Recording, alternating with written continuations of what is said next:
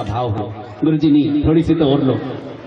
मान लो उन्होंने कहा लो, और कहते नहीं अब गुरुजी के नीचे आता तो जा। खेल बिगड़ जाता है मेरे भाई। अरे पेट खराब हमारा होगा, तुम तो करो तो जबरन, होगा तो हो जाएगा, पर भाव तो पैदा करो बड़े प्रेम से। और तुम्हारे यहाँ जो है जरूरी नहीं है कि वीआईपी होना चाहिए, जो है जो भी आपके घर में, आपके घर में कोई आता है ना बहन, तो उसको ना एक गिलास पानी और आपके घर में जो भोजन है वो दे देना चाहिए। तुम्हारे समाज में आपकी कीर्ति बढ़ेगी। अगर इनकी इज्जत बचाना चाहती हो तो आप इनको अपने घर को संभालो। इनकी इज्जत आप हैं, इनकी इज्जत पत्नी, पत कहते हैं लाज को, और वो पत धातु से बना है, पत कहते हैं लाज को। पत्नी वह जो अपने पति की लाज को बचा करके रखे, उसका नाम है पत्नी। और जो लाज को सरेआम चौराहे पे नीलाम कर दे, उसका नाम पता नहीं क्या।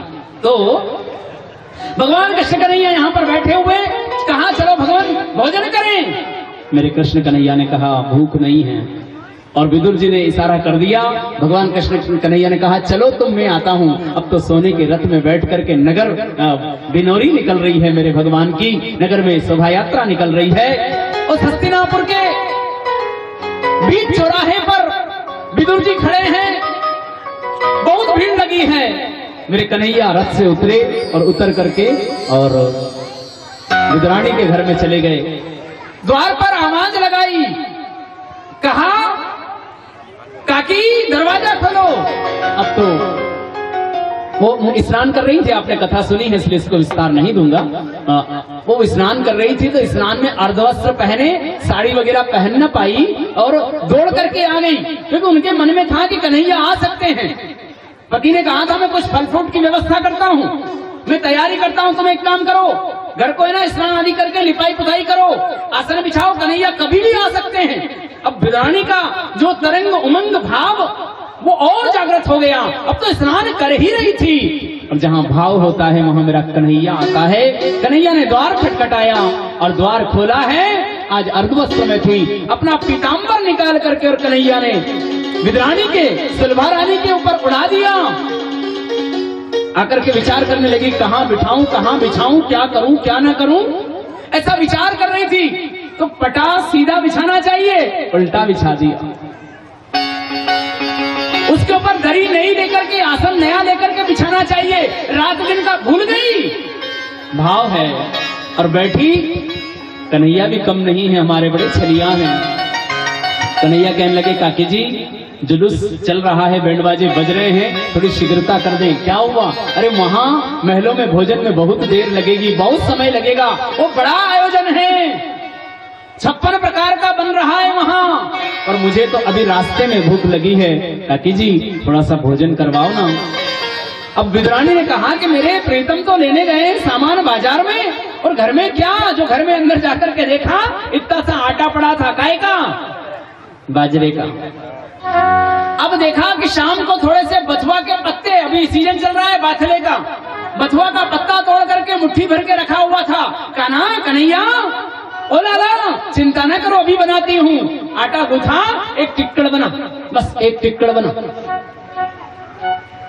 बथुए की सब्जी बनाई, सब्जी बनाने के बाद आसन बिछाया, आसन बिछाया, कन्हैया बैठे, वो जो एक रोट बना था वो कन्हैया को भोग लगा दिया, बथुआ की सब्जी पत्तल पर रख दी, और कन्हैया जो ही भोग लगाने वाले थे, क्या बनाया विदुरानी ने? आज हरि आए विदुर घरे पावना, आज हरि आए विदुर घरे पावना, आज हरि आए विदुर घरे पावना, आज हरि आए विदुर घरे पावना, पावना तो लागे सुहावना, पावना तो भावना सुहावना। आज हरि आए विदुर घरे पावना, आज हरि आए विदुर घरे पावना। आज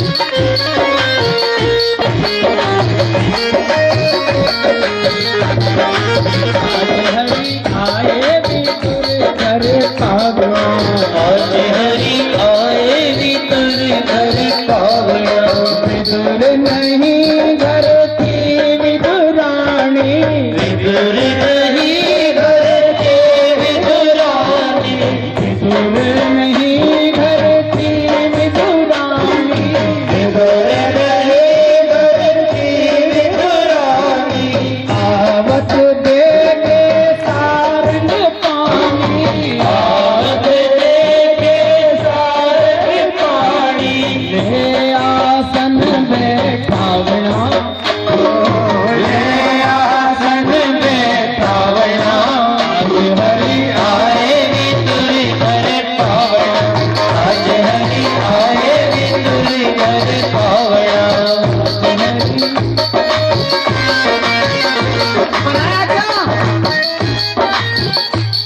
हरी कथा का विषय है, मैंने भागवत में ले लिया। बनाया क्या? बाथले की सब्जी,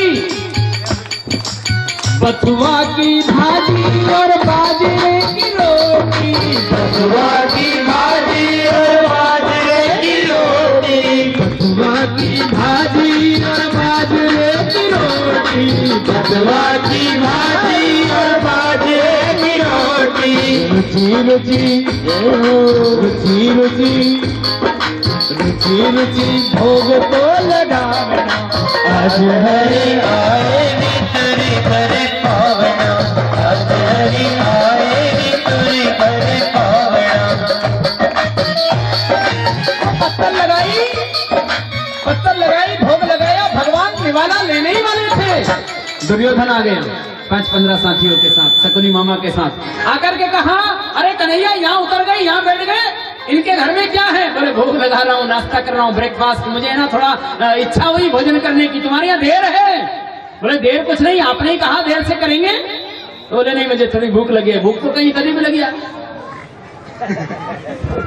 तो बोले मुझे भूख लगी इसलिए मैं, आओ तुम भी बैठो। अब चूंकि मामला द्वारिकाधीश का था और ये तो युवराज भी नहीं है, अभी बैठ गए हम। तो शकुनी ने कहा बैठ जाओ, क्योंकि अभी इनसे ही काम है, ये जो करेंगे वो हो जाएगा, बैठ। तो भगवान कृष्ण कन्हैया ने उस रोट में से आधी रोटी तोड़ करके टुकड़ा डाल दिया, और टुकड़ा जब डाला, अब आधी रोटी तो कन्हैया ने रख ली, आधी दे दी दुर्योधन को। दुर्योधन ने देखा मामा जी की तरफ, मामा जी कहने लगे, मामा जी से भी कह दिया मेरे कन्हैया ने, मामा प्लीज आप भी आ जाओ, कर लो भोजन। से आधी फिर तोड़ी और एक टुकड़ा दे दिया शकुनी को, थोड़ी सी बथुआ की भाजी दोनों की पत्तल पर रख दी। मन तो नहीं हो रहा है, क्योंकि हमारा है ना ये इज्जत का सवाल, ये 3rd क्लास आदमी के भोजन करें, जिसको हमने निष्कासित कर दिया। लेकिन क्या करे, कन्हैया का कहना था, बैठ गए।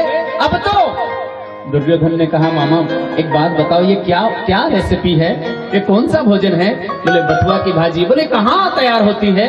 तो बोले तैयार वाली मामला छोड़, तेरे को नहीं जम रही? बोले हाँ मेरे को नहीं जम रहा। और ये रोटी इतना मोटा मोटा रोट क्या है? बोले बाजरे की रोटी है। ये है ना, ये जो कमजोर लोग होते हैं यही रोटी खाते हैं, और कमजोर लोग है ना इतने ताकतवर होते हैं चटनी रोटी से कि पूड़ी पराठा और बाफला और बाटी वाले नहीं होते।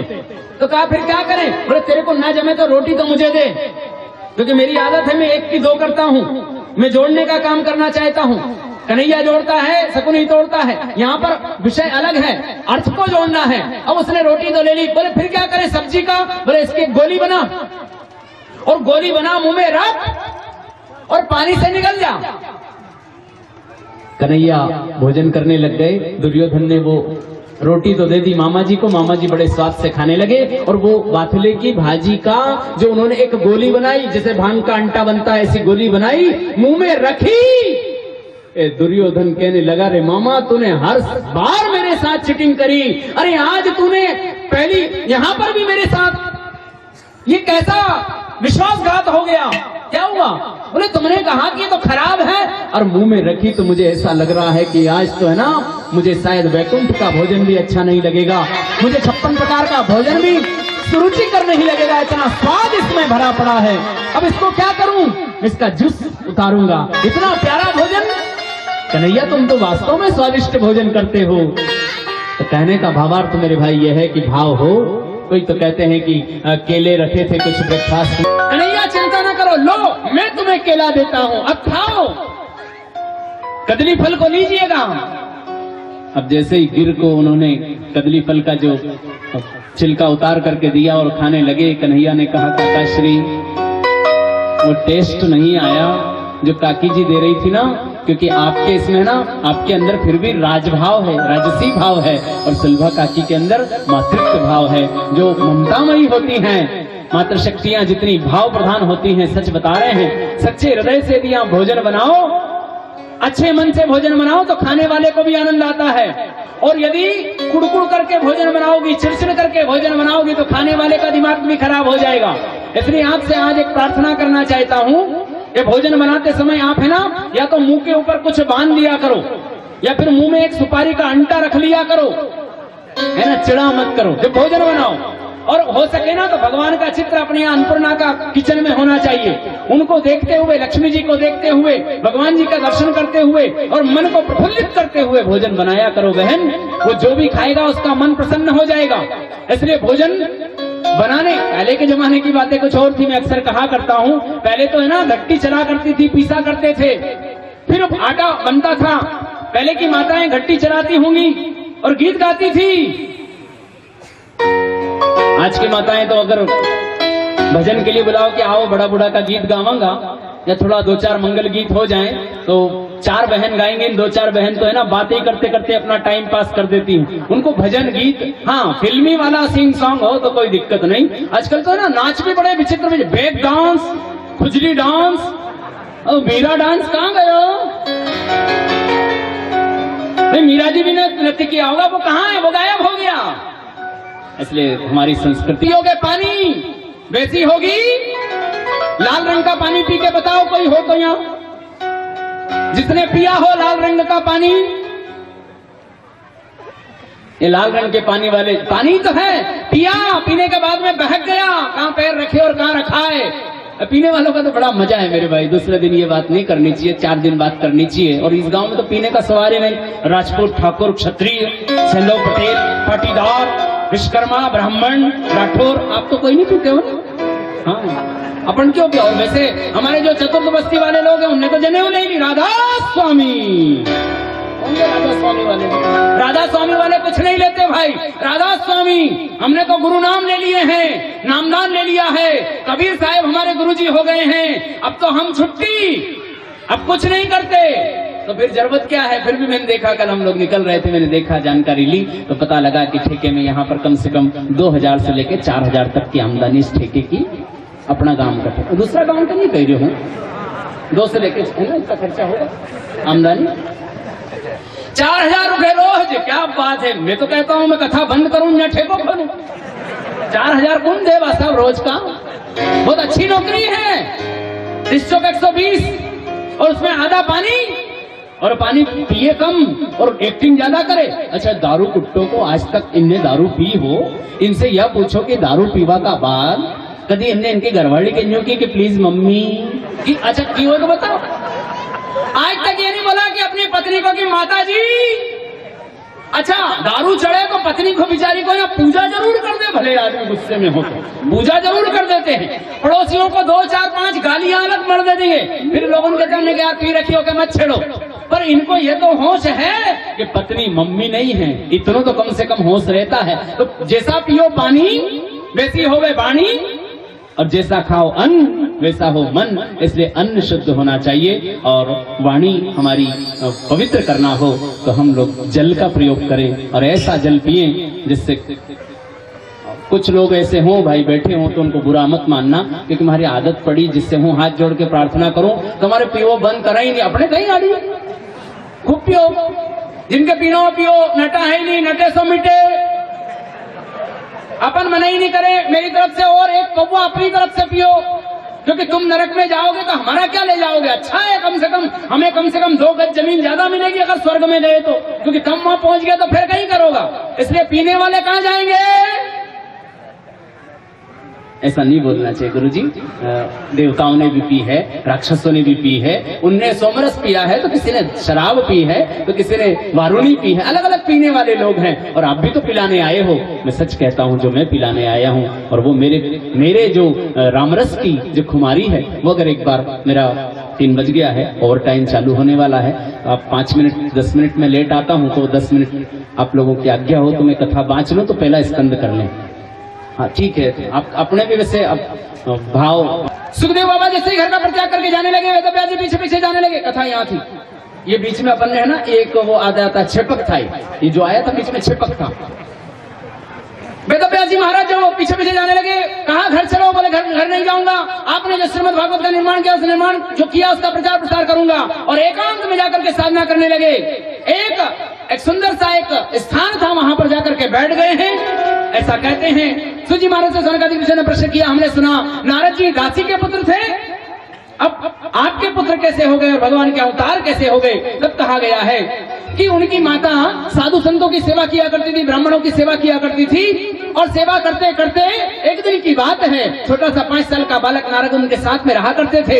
एक दिन गोदहन के निमित्त जैसे गौशाला में गई, वो सर्प ने डसा, माता का देहांत हो गया। और जब देहांत होने के बाद में बालक उन साधुओं की टोली में सम्मिलित हो गया और वो भजन करवाते, भजन करता। एक दिन की बात है, साधु ने सिर पर हाथ रख दिया, 7वां केंद्र डेवलप हो गया और भगवान के भजन करते करते मरो।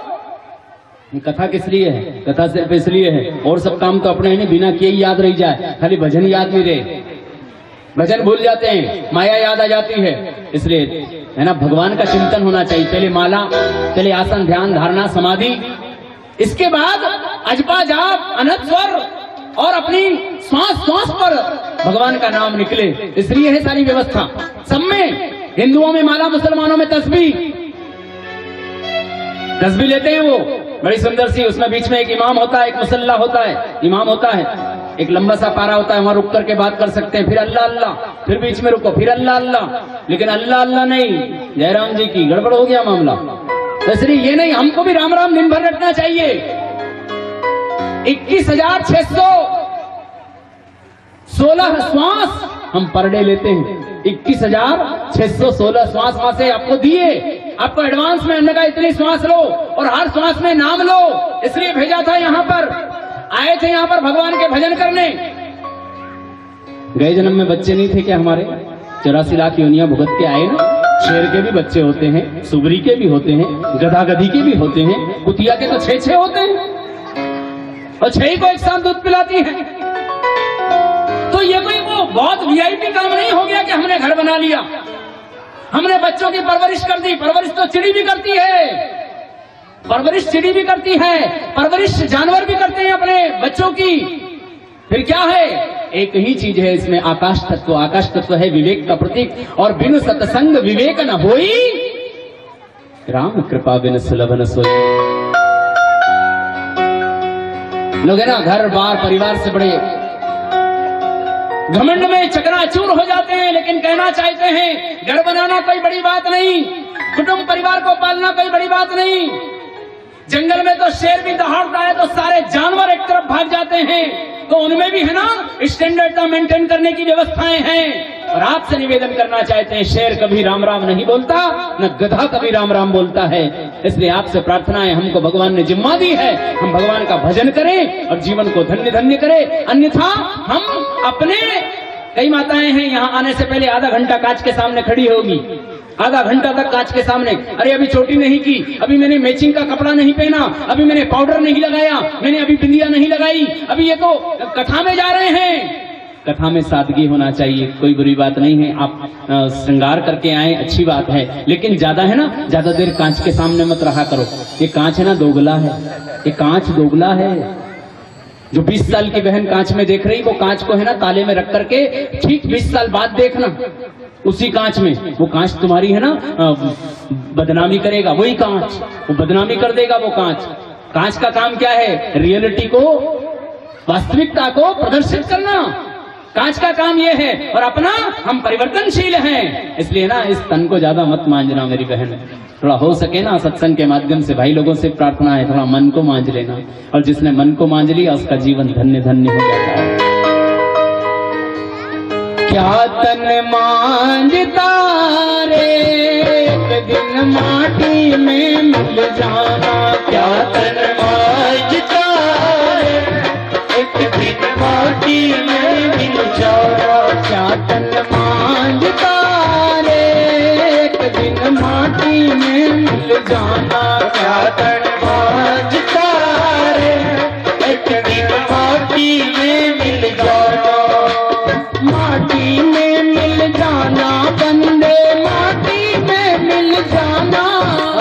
माटी में मिल जाना बंदे, माटी में मिल जाना। क्या तन मांझता रे, एक दिन माटी में मिल जाना। क्या तन मांझता रे, एक दिन माटी में मिल जाना।